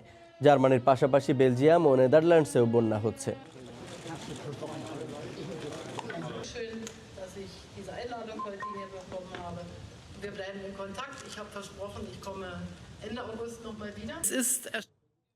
মহামারীর মধ্যে দ্বিতীয়বারের মতো মুসলমানদের দ্বিতীয় বৃহত্তম ধর্মীয় উৎসব পবিত্র ঈদ উল আজহা উদযাপনের প্রস্তুতি নিচ্ছেন কাতার প্রবাসী বাংলাদেশিরা। অর্থের কারণে প্রবাসী পশু কোরবানি করেন না বেশিরভাগ প্রবাসী, তবে নিজেরা না করলেও দেশের স্বজনদের কাছে পশু কোরবানির জন্য পাঠিয়েছেন অর্থ। কাতার প্রতিনিধি আনোয়ার হোসেন মামুনের তথ্য ও ছবি নিয়ে রিপোর্ট। মহামারী করোনার মধ্যে দ্বিতীয়বারের মতো মুসলমানদের দ্বিতীয় বৃহত্তম ধর্মীয় উৎসব পবিত্র ঈদ উল আজহা উদযাপন হবে আর কয়েকদিন পরে। করোনার কারণে গতবারের মতো এবারও সাদামাটাভাবে ঈদ উদযাপনের প্রস্তুতি নিচ্ছেন কাতার প্রবাসী বাংলাদেশিরা। প্রবাসে দেশের মতো পরিবার পরিজন নিয়ে আনন্দ উচ্ছ্বাস করতে না পারার আক্ষেপ থাকে প্রবাসীদের মধ্যে। পরিবার পরিজন ছাড়া প্রবাসে আমাদের ঈদ শূন্যতার কষ্টে ভরা। অর্থের কারণে প্রবাসে পশু কোরবানি দেয়া হয় না বেশিরভাগ প্রবাসীর। নিজেরা না করলেও দেশে স্বজনদের কাছে পশু কোরবানির জন্য পাঠিয়েছেন অর্থ। দেশে থাকা পরিবারের সুখই তাদের সুখ বলে জানালেন তারা। আমরা টাকা পয়সা দেশে পাঠাই, ছেলে মেয়ে পাইয়া যে আনন্দ পায়, মা বাবা যে টাকা পাইয়া খুশি হয়, উদযাপন করে, ঈদের কেনাকাটা করে, ছেলে মেয়ের আনন্দ, মা বাবার আনন্দ, এতেই আমরা সন্তুষ্ট। কাতারের করোনা পরিস্থিতি স্বাভাবিক হয়ে আসায় প্রায় সবগুলো ঈদগাহ ও মসজিদে 20 জুলাই ভোর 5:10 একযোগে ঈদের জামাত অনুষ্ঠিত হবে। করোনার তৃতীয় ধাপের বিধিনিষেধ উঠে যাওয়ায় কিছুটা স্বস্তিতে ঈদ উদযাপন করতে পারবেন দেশটির নাগরিকরা। সময় সংবাদ, কাতার। সারা বিশ্বের মতো কুয়েতেও ঈদ উল আজহা উপলক্ষে বিভিন্ন স্থানে পশুর হাট বসেছে। বেচাকেনা জমেছে বেশ। পছন্দসই পশুটি কিনতে পেরে স্থানীয় নাগরিক সহ প্রবাসীরা বেশ খুশিও। দেশটির নিয়ম অনুযায়ী যেখানে যেখানে পশু জবাই আইনত দণ্ডনীয় অপরাধ। কুয়েত থেকে শরীফ মোহাম্মদ মিজানুর রহমানের তথ্য ও ছবিতে রিপোর্ট। কুয়েতের পশুর হাট বা বাজারগুলোতে গরু, খাসি, উট, ভেড়া, দুম্বা বেচাকেনা এখন জমে উঠেছে। আর এতে প্রবাসী বাংলাদেশিরাও পিছিয়ে নেই। নিজেদের সামর্থ্য আর সাধ্যের মধ্যে কয়েকজন মিলে গরু কুরবানি দেন তারাও। অনেকে আবার এককভাবে দুম্বা বা খাসি কুরবানি দিয়ে থাকেন। পছন্দসই পশুটি কিনতে পেরে খুশি প্রবাসীরা। গত বছর আমরা দেশে যেতে পারিনি, এবারে এই অবস্থা করোনার কারণে, তো আমরা বন্ধু বান্ধব মিলে এবার কোরবানিটা এখানে করবো। অন্যান্য বছরের তুলনায় এবার দাম অনেকটাই ভালো, বেশি নাই। অন্যান্য মাসের থেকে একটু দাম বেশি। কাস্টমার আছে, অনেকে আছে কাস্টমার। পশুর বাজারগুলোতে স্বাস্থ্যবিধি মেনে বেচা কেনা হচ্ছে। তাছাড়া এবার নবগঠিত প্রেস ক্লাবের পক্ষ থেকে একটি দুম্বা কুরবানি করা হবে। কুয়েতের বাজারে অধিকাংশ পশু মিশর, তুরস্ক, অস্ট্রেলিয়া থেকে আমদানি করা। তাছাড়া স্থানীয়ভাবেও এখানে ফার্মে বিভিন্ন জাতের পশু পালিত হয়। কুয়েত সরকারের পৌরসভার নির্ধারিত স্থানে পশু কুরবানির সুব্যবস্থা করা হয়েছে, যেখানে সেখানে পশু জবাই আইনত দণ্ডনীয় অপরাধ। সময় সংবাদ, কুয়েত। কোরবানির পশু নিয়ে প্রায়ই ঘটে মজার মজার সব কাণ্ড। এবার বাড়ির ছাদ থেকে ক্রেনে করে গরু নামিয়ে রীতিমতো সাড়া ফেলে দিয়েছেন পাকিস্তানের এক গরু ব্যবসায়ী। এমন অদ্ভুত ঘটনাটি দেখতে ভিড় করেন দেশটির সাধারণ মানুষ। হাটে ট্রাক থেকে নামানো হয় গরু, কিন্তু এখানে ক্রেন দিয়ে নামানো হচ্ছে কোরবানির গরু। আর ট্রাক থেকে নয়, বরং বাসার ছাদ থেকে। বাড়ির ছাদেই লালন পালন, কিন্তু বেচতে হবে হাটে। তাই দানবাকৃতির গরু নিচে নামাতে সাহায্য নেওয়া হচ্ছে ক্রেনের।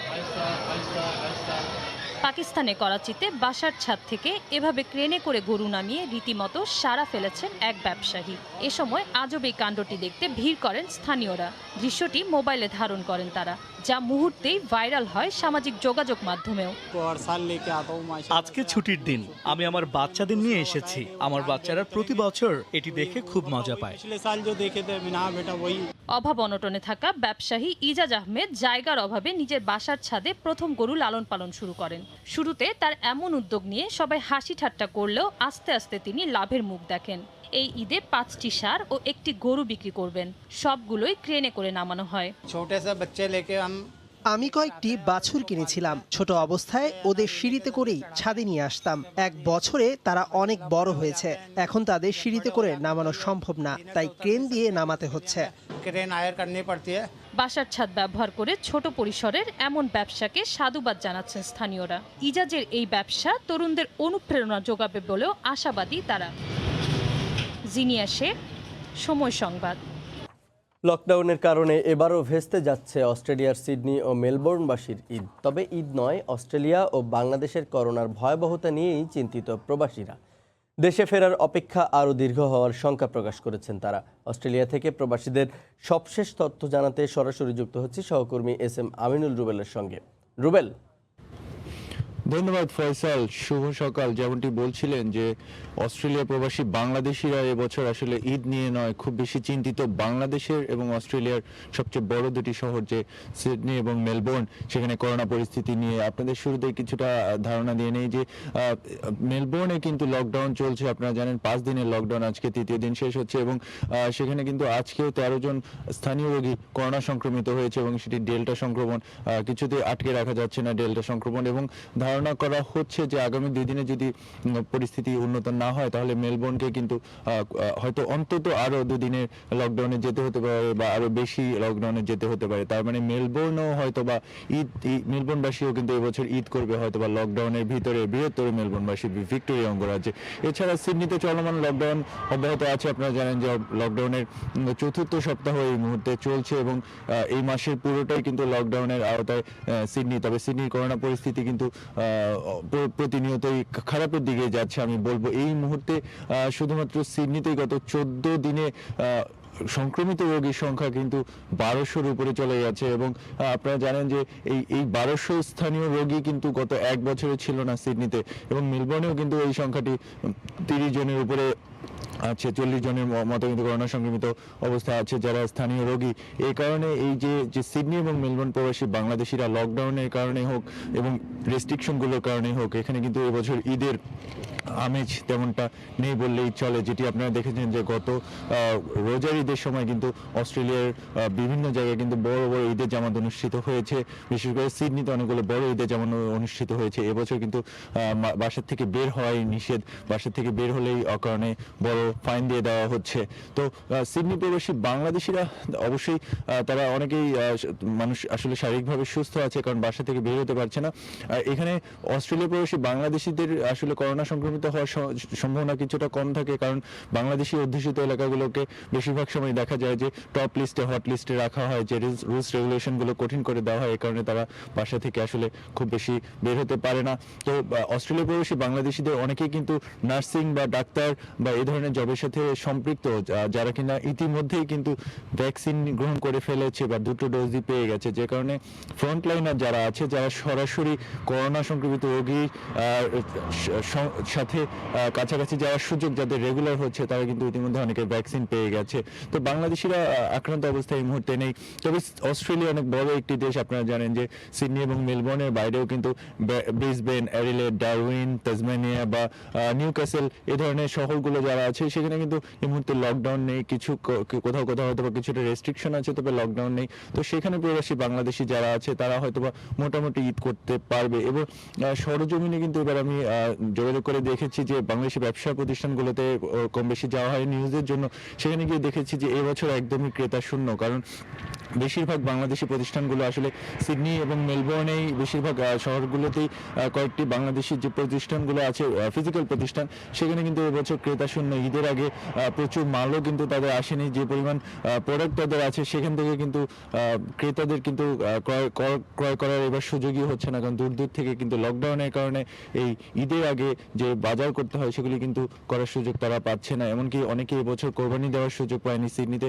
বিশেষ করে সিডনিতে কোরবানি দিতে হয় শহরের বাইরে অনেক দূরে, এবং সেই মাংস প্রসেস হয়ে আসতে আসতে কতদিনে তারা পাবে সেটি নিয়ে তারা শঙ্কিত। এর কারণ হচ্ছে যে লকডাউনের কারণে বাসা থেকে অপ্রয়োজনে দূরে যাওয়ার সুযোগ পাচ্ছে না, এবং সরকারি ওয়েবসাইটগুলোতে এবং নিউজে কন্টিনিউয়াসলি কিন্তু বলা হচ্ছে যে অস্ট্রেলিয়া প্রবাসী বাংলাদেশিদেরকে, বিশেষ করে যেসব এলাকায় লকডাউন আছে, যে ঈদের কারণে তারা যেন বাসার বাইরে না যায়, অন্যের বাসায় না যায়, এমনকি নিজের বাসায় যেন কাউকে দাওয়াত দিয়ে আনা না হয়। তো বাংলাদেশের করোনা পরিস্থিতি যেহেতু খুব বেশি ভালো নয় এই মুহূর্তে, এবং সিডনিতেও আপনারা জানেন যে গত 10 মাসে 2 জন করোনা সংক্রমিত হয়ে মারা গেছে 10 মাস পরে। তো এই কারণে অনেকে আসলে বাংলাদেশে নিজের আপনজনদের নিয়ে শঙ্কিত। অনেকের বাংলাদেশে আপনজনরা কিন্তু করোনা সংক্রমিত অবস্থায় চিকিৎসাধীন অবস্থায় আছে, অনেকে মারা গেছে, এবং নিয়মিত আন্তর্জাতিক যেটি বর্ডার সেটি কিন্তু গত বছরের মার্চ থেকে বন্ধ আছে। অবশ্যই এবছর ঈদ করতে দেশে কেউ যেমন যেতে পারেনি, দেশ থেকেও পরিজনরা কিন্তু আসার সুযোগ পায়নি, এবং যতদিন পর্যন্ত বাংলাদেশের সাথে অস্ট্রেলিয়ার বর্ডার পুরোপুরি খুলে না যাবে ততদিন পর্যন্ত এই করোনার সংখ্যা থাকলেও কিন্তু মানুষ আনন্দের সাথে সময় কাটাতে পারবে না অস্ট্রেলিয়া প্রবাসী বাংলাদেশিরা। এই ছিল আমার কাছে সর্বশেষ। আমি ফিরে যাচ্ছি ফয়সালের কাছে। ধন্যবাদ। অস্ট্রেলিয়া থেকে করোনা পরিস্থিতির খবর জানাচ্ছিলেন সহকর্মী SM আমিনুল রুবেল। ভারতীয় ডেল্টার দাপটে ফ্রান্সে আবারও বাড়ছে কোভিড সংক্রমণ। এতে নতুন করে বিধিনিষেধ দিয়েছে ফরাসি সরকার। তবে সমুদ্র সৈকতে ভ্রমণে এখনও নিষেধাজ্ঞা না থাকায় মানুষজন ভিড় করছেন। ফ্রান্সের উত্তরাঞ্চলীয় সমুদ্র সৈকত থেকে সে খবর জানাচ্ছেন সহকর্মী লুৎফুর রহমান বাবু। ফ্রান্সে আবারও করোনার ডেল্টা ভেরিয়েন্ট নতুন করে আঘাত হেনেছে। বেশ কিছুদিন ধরে করোনায় আক্রান্তের সংখ্যা কমে আসলেও গেল একদিনে দেশটিতে আক্রান্ত হয়েছেন 11,000-এর বেশি মানুষ। ফ্রান্সের সমুদ্র সৈকতগুলিতে এখনও বিধিনিষেধ আরোপ না করায় সেখানে প্রতিদিনই হচ্ছেন বিপুল সংখ্যক মানুষ। তবে সমুদ্র সৈকতগুলিতে স্বাস্থ্যবিধি ও স্বাস্থ্য সুরক্ষা অনেক ক্ষেত্রেই উপকৃত হচ্ছে, এমন চিত্রই লক্ষ্য করা গেছে। নতুন করে আবারও করোনার আক্রান্তের রেকর্ড হওয়ায় বেশ কিছু বিধিনিষেধ আরোপ করেছে কর্তৃপক্ষ। বার রেস্টুরেন্টে প্রবেশের ক্ষেত্রে স্বাস্থ্য সনদ প্রদর্শনের পাশাপাশি পার্ক, উৎসব কিংবা কনসার্টে যোগ দিতে গেলে এখন থেকে লাগবে করোনার নেগেটিভ সনদ, সেই সাথে ভ্যাকসিনের সনদও। নতুন করে করোনার আঘাতে আবারও দুশ্চিন্তায় সাধারণ মানুষজন। করোনা ফ্রান্সে অনেক বেশি পরিমাণে আবার করে আক্রান্ত হচ্ছে মানুষজন, তো এটা খুবই দুশ্চিন্তার কারণ। 11,000 মানুষ হঠাৎ একদিন আক্রান্ত হয়ে গেছে। সো এই পরিস্থিতিতে সবার মধ্যে একটা আতঙ্ক তৈরি হয়েছে। সবাই আমরা যদি মাস্ক পরে স্বাস্থ্যবিধি মেনে আমরা যে কোনো জায়গায় যে কোনোভাবে যাই তাহলে আমরা সুরক্ষিত থাকবো। যদি আগামীতে প্যান্ডামিক পরিস্থিতি উন্নতি হয় তাহলে হয়তো আগামীতে কন্টিনিউ করতে পারবো। মানুষের ভ্যাকেশন এবং অন্যান্য কারণে কন্টামিনেশন বাড়ছে, তো সেই হিসেবে এই ক্ষেত্রে আমাদের এখানে সরকার অনেক কিছু নিয়ম লাগু করেছে। ডেল্টা ভেরিয়েন্টের কারণে ফ্রান্সে করোনার যে চতুর্থ ঢেউয়ের কথা বলা হয়েছিল, করোনা একদিনে আক্রান্তের রেকর্ডের কারণে তা এখনই শুরু হয়েছে বলে মনে করা হচ্ছে, আর তাতে উদ্বিগ্ন সাধারণ মানুষজন। ফ্রান্সের হাগদুলুত সমুদ্র সৈকত থেকে মোহাম্মদ লুৎফুর রহমান বাবু, সময় সংবাদ। ইউরোপের দেশগুলোতে এখন দেখা দিয়েছে গ্রিন পাস বিতর্ক। অনেক দেশের জনগণ কোভিডের টিকা নিতে আগ্রহী না হওয়ায় এই গ্রিন পাস বিষয়টির সমালোচনা করেছেন তারা। অনেক স্থানে শুরু হয়েছে আন্দোলনও। তাদের যুক্তি, গ্রিন পাস বাধ্যতামূলক করা হলে মানুষের মৌলিক অধিকারের খর্ব হবে। ইতালির ভেনিস থেকে বিস্তারিত জানাচ্ছেন সহকর্মী মাকসুদ রহমান। গেল ফেব্রুয়ারি মাসে ইউরোপীয় কমিশন কোভিডের পূর্ণ টিকা গ্রহণকারীদের জন্য গ্রিন পাস বহনের প্রস্তাব তুলে ধরে। এরই পরিপ্রেক্ষিতে 25 মার্চ ইউ নেতাদের বৈঠকে গ্রিন পাস দেওয়ার সিদ্ধান্ত হয়। তবে ইউ নাগরিকদের একটি উল্লেখযোগ্য অংশ টিকা গ্রহণে কখনো আগ্রহী নন, তাই এই সিদ্ধান্তে লেগেছে ভাটা। পরপর দুটি জরিপে দেখা যায় France, Poland, Italy, Spain, Austria, Belgium ও জার্মানির উল্লেখযোগ্য সংখ্যক মানুষ কখনো করোনা ভ্যাকসিনের প্রতি আগ্রহী নন। যেই অংশটি ভ্যাকসিন গ্রহণ করতে চান না তাদের জন্য গ্রিন পাস এখন মাথা ব্যথার কারণ। সামনের দিনগুলোতে অফিস, কর্মক্ষেত্র, হোটেল, রেস্টুরেন্ট, সুপারমার্কেট, পরিবহন, বিমান, নাইট ক্লাব, সিনেমা হল সহ সব ধরনের সামাজিক অনুষ্ঠান ও ইভেন্টে গ্রিন পাস বাধ্যতামূলক করা হচ্ছে। এতে যারা টিকা গ্রহণ করবে না তারা সেই সব অনুষ্ঠান ও আয়োজনে অংশগ্রহণ করতে পারবেন না, সেই সঙ্গে তারা পাবেন না গ্রিন পাস। এমনকি তাদেরকে সেই সব স্থানে উপস্থিত পেলে বড় আকারের জরিমানাও করা হবে। এতে টিকা ও গ্রিন পাস কর্মসূচি বিরোধীরা বিভিন্ন দেশের রাজপথে আন্দোলন শুরু করছেন। তাদের দাবি, এমন আইন মানবাধিকার পরিপন্থী ও খর্ব হবে মানুষের স্বাধীনতা। এদিকে ইতালিয়ান সরকার গ্রিন পাস বাধ্যতামূলক করতে যাচ্ছেন বলে দেশটিতে বসবাসরত প্রবাসী বাংলাদেশিরা খুশি। তারা মনে করেন স্বদেশে ভ্রমণ ও কর্মক্ষেত্রে ভালো পরিবেশ ফিরে আসবে। তাই বাংলাদেশি প্রবাসীরা সবাই টিকা গ্রহণ করে গ্রিন পাস গ্রহণ করতে পরামর্শ প্রবাসীদের। ভ্যাকসিন কোভিডের টিকা আপনাকে দেওয়ার পর আপনি অতি দ্রুততম আপনি গ্রিন পাস সংগ্রহ করতে হবে। গ্রিন পাস যদি না পায় বা গ্রিন পাস যদি না থাকে আমরা বাসে, জাহাজে, ট্রেন স্টেশনে, ট্রেনে এবং কি রেস্টুরেন্টে আমরা প্রবেশ করতে পারবো না। আশা করি সবাই ভ্যাকসিন দিয়ে গ্রিন পাসটা গ্রহণ করবেন। সব ক্ষেত্রে গ্রিন পাস বাধ্যতামূলক করা হলে ইউরোপে বাড়বে পর্যটক, নিশ্চিত হবে জনস্বাস্থ্য ও নিরাপত্তা, অর্থনীতিতে সুবাতাস ফিরবে বলে মনে করেন ইইউ ও সংশ্লিষ্ট বিশেষজ্ঞরা। মাকসুদ রহমান, সময় সংবাদ, ভেনিস, ইতালি। এবার 24 ঘন্টার মধ্যে কোরবানির বর্জ্য অপসারণের ঘোষণা দিয়েছে ঢাকার 2 সিটি কর্পোরেশন। সে লক্ষ্যে এরই মধ্যে কাজও শুরু করে দিয়েছেন তারা। বর্জ্য অপসারণে ঢাকা উত্তর ও দক্ষিণ সিটি মিলিয়ে কাজ করবেন প্রায় 25,000 পরিচ্ছন্নতা কর্মী। একসময় ঢাকার রাস্তায় ঘন্টার পর ঘন্টা পড়ে থাকতো কোরবানির পশুর বর্জ্য। আবর্জনার স্তূপ থেকে ছড়াতো দুর্গন্ধ আর নানা ধরনের জীবাণু। সিটি কর্পোরেশনের উদাসীনতার খেসারত দীর্ঘদিন দিয়েছেন নগরবাসী। কিন্তু গেল কয়েক বছরে পাল্টে গেছে এই চিত্র। ঈদুল আজহার 24 ঘন্টা না পেরোতেই বর্জ্য অপসারণে ঢাকার 2 সিটির সক্রিয় ভূমিকা নজর কেড়েছে সবার। এবারও তাই বাসিন্দাদের প্রত্যাশা, মহামারীকালে নির্দিষ্ট সময়ের আগেই পরিচ্ছন্ন হবে নগর। বর্জ্য যাতে নানা জায়গায় না ছড়ায়, এমনি করোনার সময় যত তাড়াতাড়ি নিতে পারে তত এটার সুযোগ হবে। বিগত 2 বছর যাবতে সিটি কর্পোরেশন 24 ঘন্টার মধ্যে বর্জ্য অপসারণ করছে। এই বছরও চাই এরকম কাজে দ্রুত গতি থাকুক। ম্যাক্সিমাম 1-1.5টার মধ্যে বর্জ্য অপারেশন করেন যে সবচেয়ে ভালো হয়। এরই মধ্যে ঢাকা উত্তর ও দক্ষিণ সিটি কর্পোরেশনের ওয়ার্ডে ওয়ার্ডে বর্জ্য ব্যবস্থাপনার কাজ শুরু করে দিয়েছেন কাউন্সিলররা।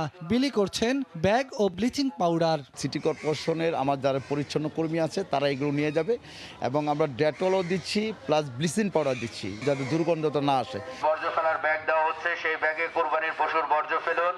যেখানে সেখানে না ফেলে সিটি কর্পোরেশনের দেয়া ব্যাগে বর্জ্য রাখার অনুরোধ জানিয়ে এবারও 24 ঘন্টার মধ্যে ঢাকাকে পরিষ্কার করার ঘোষণা দেন উত্তর সিটির মেয়র আতিকুল ইসলাম। 24 ঘন্টার মধ্যে আমাকে নিশ্চিত করতেই হবে যে পলিব্যাগ দেওয়া হয় বর্জ্যটাকে রাখার জন্য, সেই বর্জ্যটাকে আমরা রাস্তায় ফেলে দিই আর পলিব্যাগটা দিয়ে আমরা মাংসকে প্যাকিং করি। তিনি জানান 6 লাখ ব্যাগ বিতরণ করা হবে পুরো উত্তর সিটিতে। আর বর্জ্য অপসারণে মাঠে থাকবে 11,000 পরিচ্ছন্নতা কর্মী। একই ধরনের প্রস্তুতির কথা জানিয়েছে ঢাকা দক্ষিণ সিটি কর্পোরেশনও। বেলায়েত হুসাইন, সময় সংবাদ, ঢাকা। ঈদের বাকি আর মাত্র 2 দিন, তাই ঘরমুখী মানুষের ভিড় বেড়েছে মুন্সিগঞ্জের শিমুলিয়া ঘাটে। মানা হচ্ছে না স্বাস্থ্যবিধি। এই মুহূর্তে ঘাট এলাকায় আছেন রিপোর্টার নাসির উদ্দিন উজ্জ্বল। সরাসরি যোগ দিচ্ছি তার সঙ্গে। উজ্জ্বল, জুবাইয়ের ঈদে ঘরমুখী মানুষের ঢল নেমেছে মুন্সিগঞ্জের শিমুলিয়া ঘাটে। অন্য যে কোনো সময়ের চাইতে আমি যদি একটু দেখাতে পারি যে এই পরিস্থিতি এখন কিন্তু বিরাজ করছে। আপনারা দেখছেন যে ফেরিঘাটে পুরো পন্টুন জুড়ে পা রাখার জায়গা নেই, সেখানে কিন্তু পর্যাপ্ত লঞ্চ নেই। যে 2টি লঞ্চ আসছে সেখানে কিন্তু লোক নামতে পারছে না, হুড়ুহুড়ি করে লোকজন উঠে পড়ছে এবং এখানে আইন শৃঙ্খলা বাহিনী এবং অন্য যারা আছেন তারা কিন্তু নীরব দর্শক অবস্থানে আছেন। কারণ হচ্ছে যে এই যে মানুষের ঢল, এই ঢল ঠেকানোর মতো তাদের কিন্তু পরিস্থিতি নেই বলে তারা জানাচ্ছেন এবং সেখানে স্বাস্থ্যবিধি উদাও হয়ে গিয়েছে। এবং এই দৃশ্য, পিছনের দৃশ্য যদি আমরা একটু দেখাতে পারতাম আপনাদেরকে, সেখানে ফেরি কুঞ্জলতা, সেখানে কোনো রকম তিল ধারণের জায়গা নেই, কোনো গাড়ি ওঠার জায়গা নেই। সেখানে কিন্তু এমন গাদাগাদি করে ভিড়ে হাজার হাজার মানুষ ওঠার চেষ্টা করছে এবং পুরো শিমুলিয়া ঘাট জুড়ে কিন্তু মানুষের ঢল। এবং এই ভোর থেকে এখানে যে এই শিমুলিয়া বাংলা বাজার নৌ রুটে যে 87টি লঞ্চ, তার মধ্যে কিন্তু 84টি লঞ্চ এখানে চলাচল করছে। ভোর থেকে এই ঢল শুরু হয়েছে এবং এখানে যতগুলো লঞ্চ ছিল সেই লঞ্চগুলো সব কিন্তু গন্তব্যে চলে যাওয়ার পরে ফাঁকা থাকার পরেও তারা লোকজন অপেক্ষা করছে কখন লঞ্চ আসবে। এবং লঞ্চ আসার পরে আপনারা দেখছেন যে আমাদের এখান থেকে খানিকটা দূরে কিভাবে বাদুর ঝোলা অবস্থা করে লোকজন উঠছে এবং তারা কিন্তু মরিয়া হয়ে উঠেছে পদ্মা পাড়ি দেবার জন্য। এবং ঈদ আসন্ন থাকার কারণে এই যে কঠোর লকডাউনের যে সীমিত করা হয়েছে সেই সীমিত করার সুযোগে গেল কয়েকদিন ধরেই ভিড় চলছিল, কিন্তু আজকের ভিড় কিন্তু একেবারেই জনস্রোতকে ছাড়িয়ে গেছে এবং পরিবার পরিজন নিয়ে লাগেজ নিয়ে লোকজন যে কিভাবে চেষ্টা করছে আপনারা সেগুলো দেখতে পাচ্ছেন, কিন্তু পুরো দৃশ্য আমরা এখান থেকে দেখাতে পারছি না। যে এইখানে যে 4টি ফেরিঘাট রয়েছে এবং একটি বিশাল লঞ্চঘাট রয়েছে, সবগুলো চিত্র হচ্ছে ভয়াবহ এবং এই মানবিক বিপর্যয়ের মতো একটি পরিস্থিতি এখানে বিরাজ করছে। এই করোনা সংক্রমণ ঝুঁকির মধ্যে এমন ভিড় পরিস্থিতি মোকাবেলা করার মতো কিন্তু এখানে পরিস্থিতি আরো আইন শৃঙ্খলা বাহিনীকে আরো জোরদার করা দরকার। এবং এখানে লোকজন বলছিলেন কয়েকদিন ধরেই যে এই যে উত্তরাপত্তা সেখানে কিন্তু এই ছোট আকারের এই ML ক্যাটাগরির লঞ্চগুলো দিয়ে পরিচালনা করা হচ্ছে। এখানে এত মানুষের ঢল ঠেকাতে হলে কিন্তু বড় আকারের লঞ্চ দরকার। এবং এখানে যে ফেরি আপনারা জানেন যে গেলকাল 2টো ফেরি ঘরে যুক্ত করে 19টি ফেরি করা হয়েছে, যার মধ্যে 16টি চলতে পারছে। আর এই ভয়াবহ যে পরিস্থিতি এর মধ্যে কিন্তু যে এই পদ্মা উত্তাল, সেই উত্তাল পরিস্থিতির মধ্যে কিন্তু 3টি ফেরি চলতে পারছে না, অলস বসে আছে। কিন্তু অন্যান্য ঈদের সময় 21টি পর্যন্ত ফেরি এখানে থাকে।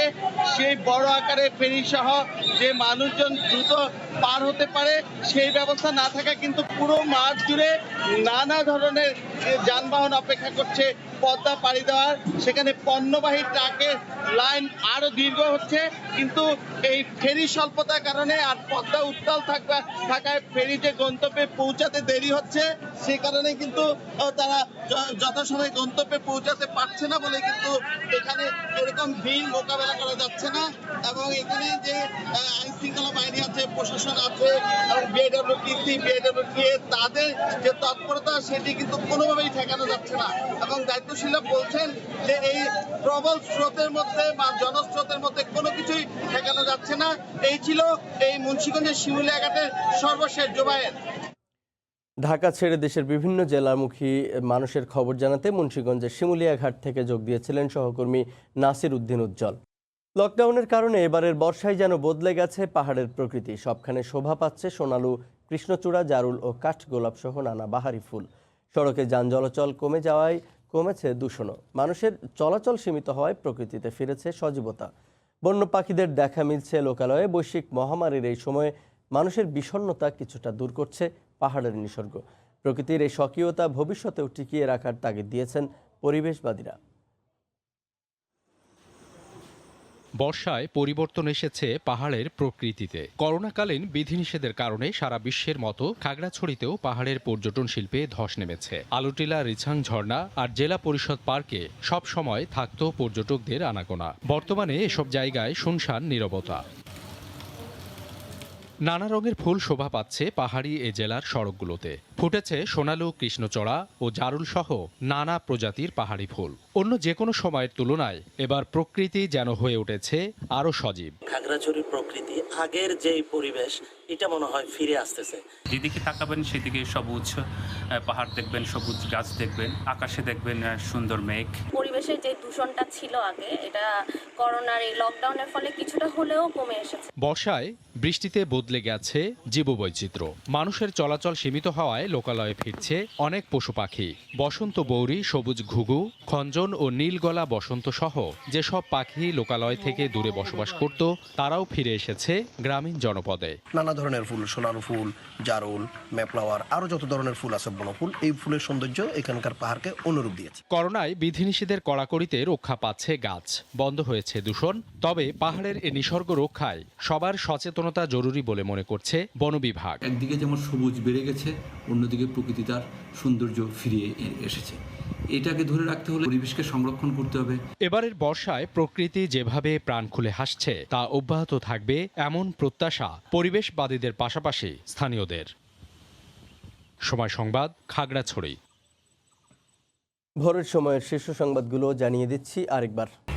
আজ পবিত্র হজ, পাল্টানো হলো কাবা শরীফের গিলাফ। ফজরের নামাজের পর আরাফাতের ময়দানে যাবেন হাজিরা।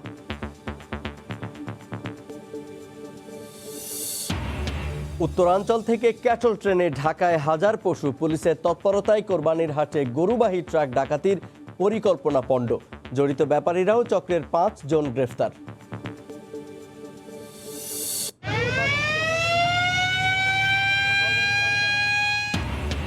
করোনা ঝুঁকি নিয়েই ঈদ যাত্রায় মানুষের ঢল। দিনে রাতে মহাসড়কে যানজট, বিভিন্ন জেলায় 29 জনের মৃত্যু। মাস দেড়েকের মধ্যেই আসছে আরও 2 কোটি টিকা।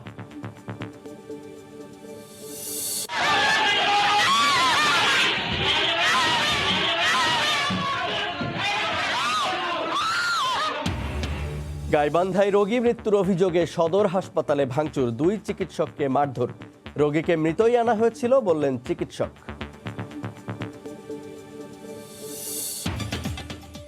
এই ছিল ভোরের সময়, সঙ্গে থাকুন সময়।